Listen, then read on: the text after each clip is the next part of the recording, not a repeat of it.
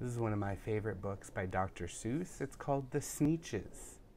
Now, the star-belly Sneetches had bellies with stars. The plain-belly Sneetches had none upon theirs. Those stars weren't so big. They were really so small. You might think such a thing wouldn't matter at all. But because they had stars, all the star-belly Sneetches would brag. "We're the best kind of Sneetches on the beaches." With their snoots in the air, they would sniff and they'd snort. "We'll have nothing to do with the plain-belly sort." And whenever they met some, when they were out walking, they'd hike right on past them without even talking. When the star-belly children went out to play ball, could a plain belly get in the game? Not at all. You only could play if your bellies had stars, and the plain belly children had none upon theirs. When the star-belly Sneetches had Frankfurter roasts, or picnics, or parties, or marshmallow toasts, they never invited the plain belly Sneetches. They left them out cold in the dark of the beaches. They kept them away, never let them come near. And that's how they treated them, year after year. Then one day, it seems, while the plain-belly Sneetches were moping and doping alone on the beaches, just sitting there wishing their bellies had stars, a stranger zipped up in the strangest of cars. "My friends," he announced in a voice clear and keen, "my name is Sylvester McMonkey McBean, and I've heard of your troubles. I've heard you're unhappy. But I can fix that. I'm the fix-it-up chappie. I've come here to help you, and I have what you need. And my prices are low, and I work at great speed. And my work is 100% guaranteed." Then quickly Sylvester McMonkey McBean put together a very peculiar machine.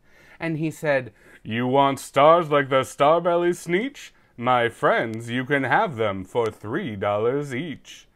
Just pay me your money and hop right aboard." So they clambered inside. Then the big machine roared, and it clonked, and it bonked, and it jerked, and it barked, and it bopped them about. But the thing really worked. When the plain-belly Sneetches popped out, they had stars. They actually did. They had stars upon theirs. Then they yelled at the ones who had stars at the start. "We're actually like you. You can't tell us apart. We're all just the same now, you snooty old smarties. And now we can go to your Frankfurter parties." "Good grief," groaned the ones who had stars at the first. "We're still the best Sneetches, and they are the worst. But now, how in the world will we know," they all frowned, "if which kind is what, or the other way around?" Then up came McBean with a very sly wink, and he said, "Things are not quite as bad as you think. So you don't know who's who. That is perfectly true. But come with me, friends. Do you know what I'll do? I'll make you again the best Sneetches on beaches, and all it will cost you is $10 eaches." "Belly stars are no longer in style," said McBean. "What you need is a trip through my star-off machine. This wondrous contraction will take off your stars, so you won't look like Sneetches who have them on theirs." And that handy machine, working very precisely, removed all the stars from the tummies quite nicely. Then, with snoots in the air, they paraded about, and they opened their beaks and they let out a shout. "We know who's who. Now there isn't a doubt. The best kind of Sneetches are Sneetches without." Then, of course, those with stars all got frightfully mad. To be wearing a star now was frightfully bad.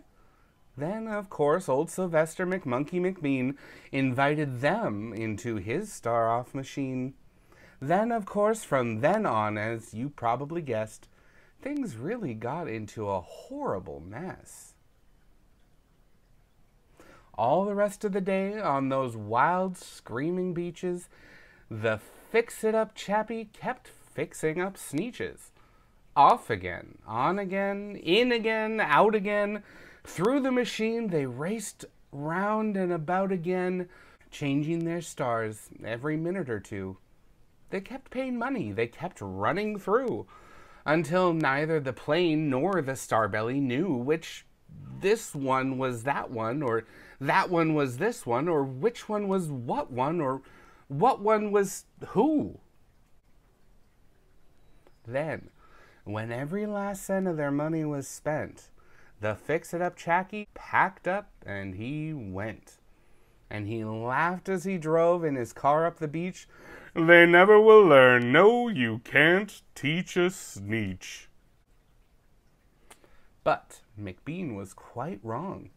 I'm quite happy to say that the Sneetches got really quite smart on that day.